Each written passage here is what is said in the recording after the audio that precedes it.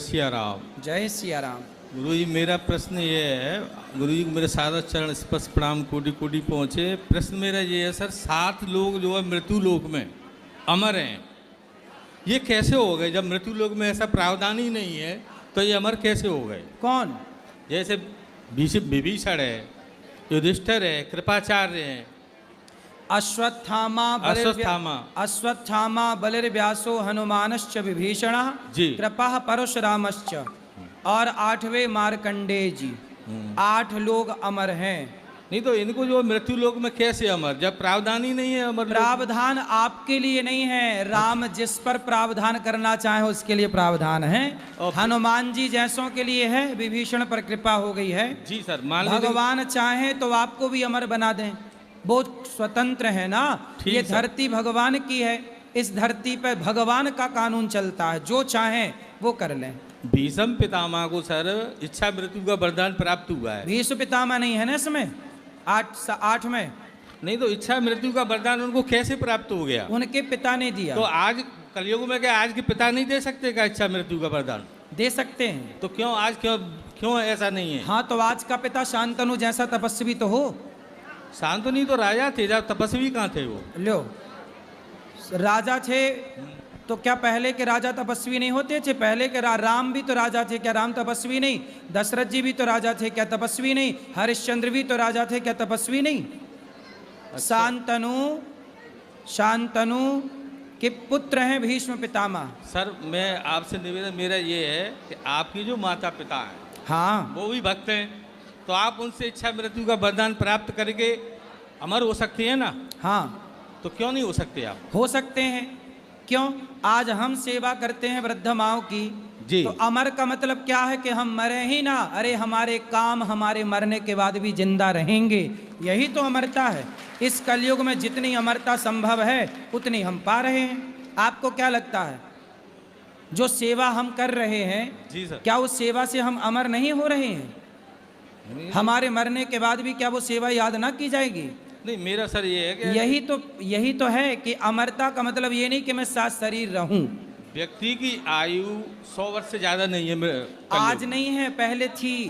तो आज के युग में क्या इच्छा मृत्यु का वरदान प्राप्त करके दीर्घ आयु नहीं प्राप्त कर सकता? आज के युग में यदि कोई संत मिल जाए, उस कोटि शांतनु कोटि के तपस्वी मिल जाए जी। और आज वो वरदान दे दें तो आज भी संभव है। पर ऐसे तपस्वी अब बचे नहीं। ऐसे तपस्वी ना पुत्र हैं, ना ऐसे तपस्वी पिता हैं। अब सोचिए, भीष्म पितामह की माता गंगा है। अब सोचिए, गंगा जिनकी पत्नी होंगी, क्या वो सामान्य व्यक्ति होगा? पहले तो ये सोचिए। जी जी, गंगा जिनकी पत्नी होंगी, जिनको सारी दुनिया गंगा मैया कहता है, वो गंगा जिनकी पत्नी होंगी, क्या वो सामान्य होंगे? सामान्य तो नहीं होंगे। सामान्य नहीं होंगे तो फिर उन्होंने, भीष्म पितामह जैसे लोग भी सामान्य नहीं हैं, क्योंकि उन्होंने अपने पिता के लिए जो किया वो कोई पुत्र कर नहीं पाता। सदा पिता के लिए ही ना अखंड ब्रह्मचर्य का व्रत लिया था, तब तो जाके पिता ने उन्हें इच्छा मृत्यु का वरदान दिया। मेरा गुरुजी निवेदन और ये भी है कि जैसे 7 लोग जो अमर हैं, हाँ, तो ये जो है अपने इस संसार में न्याय और धर्म की स्थापना नहीं कर सकते, शासन नहीं कर सकते। ये लोग कर रहे हैं ना। कहाँ कर रहे हैं? क्यों हनुमान जी नहीं कर रहे हैं काम? हनुमान जी प्रत्यक्ष में तो है नहीं, अदृश्य रूप में। प्रत्यक्ष भी है, अप्रत्यक्ष भी है। यदि उनकी कोई भक्ति करता है तो ही उनको दर्शन होता है, वैसे तो नहीं है। अभी भी जैसे भागवत होती है तो अदृश्य रूप में ही तो हनुमान जी यहाँ पे आते हैं। सही है, सही है, किसी को दिखाई नहीं देते। ठीक है। तो मेरा निवेदन ये है कि सर ये शासन क्यों नहीं करना चाह रहे? भाई समझो ना, ये कलयुग है। जी सर। भगवान के 4 पुत्र हैं।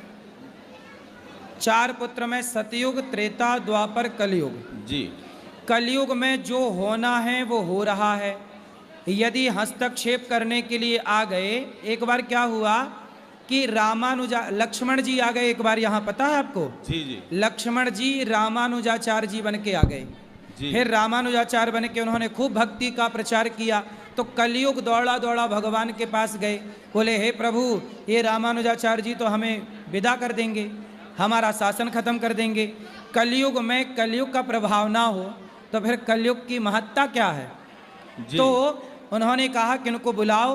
तो रामानुजाचार्य जी को भगवान ने कहा कि अब आप लीला पूरी करो और वापस आओ, क्योंकि ये कलयुग है। अब कलयुग में कलयुग का प्रभाव भी होना चाहिए, सतयुग में सतयुग का प्रभाव, द्वापर में द्वापर का। अब संडे है तो संडे मतलब छुट्टी, तो संडे है तो छुट्टी का मज़ा होना चाहिए उसमें, मंडे है तो काम का मज़ा होना चाहिए। ऐसे चारों युगों का अपना अपना नेचर है, स्वभाव जी है। सर। तो ये कलयुग है, इस कलयुग में भगवान सब देख रहे हैं जी और देखने के बाद आपके कर्म दंड यथाउचित दे भी रहे हैं। पर ये कलयुग है ना, भगवान भी बंधे हैं मर्यादाओं से, इसलिए ना मर्यादा पुरुषोत्तम है। हनुमान जी सब कर सकते हैं जी। पर वो नहीं कर सकते, क्यों? क्योंकि मर्यादाओं से बंधे हैं। यदि करने लग जाएंगे तो फिर सबके साथ करेंगे वो, इसलिए सबकी मर्यादा। अमर हो गए इसका मतलब ये नहीं कि कहीं भी कुछ भी करने लग जाएं।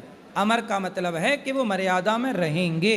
जी जी। हम्म, सर एक निवेदन हो रहा है सर, एक शिकायत है बोलिए। कि अब इतनी जनता है यहाँ पे जो है, कम लगभग आपके यहाँ भागवत में 10,000 के लगभग जनता तो होगी। ठीक है, इसके लिए यहाँ लेटरिंग में केवल 4 लेटरिंग बनी हुई है। ऊपर बना रहे हैं प्रभु, बना रहे हैं, नहीं काम सर, चल वही रहा है। नीचे ही उसी लाइन में बन जाए। यहाँ नीचे नहीं बन सकती, ये बेसमेंट है, यहाँ बनेगी तो बदबू फैल जाएगी, क्योंकि यहाँ से उठाएंगे कैसे, नाली में कैसे और डालेंगे? बाथरूम भी सर नीचे नहीं है यहाँ पे। बाथरूम नीचे नहीं बना सकते ना, समझो। बाथरूम वहाँ बनती है जहाँ से वो वेस्ट मटेरियल सीधा नाली में जा सके। अब बेसमेंट से आप नाली में कैसे डालोगे? समझो ना इस बात को। ठीक है सर, तो वो तो यहाँ की व्यवस्था चल रहा, बना रहे हैं, निश्चिंत रहिएगा, काम चल रहा है। राधे राधे गुरु जी, जी आपके चरणों में कोटि कोटि प्रणाम। जी। गुरु जी, हम बिहार से आए हैं, आपका कथा सुनते हैं। और मैं पहले नॉर्मल बच्चा की तरह था, लेकिन मैं भागवत आजमाया और मैं पूरे विश्व में एक बात कहना चाहूँगा। जितने भी अब इन बच्चे सुन रहे हैं हमको, हाँ। और आपके चैनल के माध्यम से जितने भी लोग देख रहे हैं, उनको मैं कोटि कोटि प्रणाम, और जितने भी सुन रहे हैं सबको मैं प्रणाम। एक बात कहना चाहूँगा कि आप अगर हिंदू हो तो गर्व से पहले कहो हिंदू हूँ। और दूसरी की बात, आप अपने माथे पे तिलक जरूर लगाएं। मैं इस वृंदावन में आया हूँ और मैं एक तिलक का बॉक्स भी रखा हूँ और मैं काम कर रहा हूँ। जितने भी हमारे भाई आते हैं यहाँ पे वृंदावन में, सबको तिलक लगाने का मैं काम शुरू किया हूँ।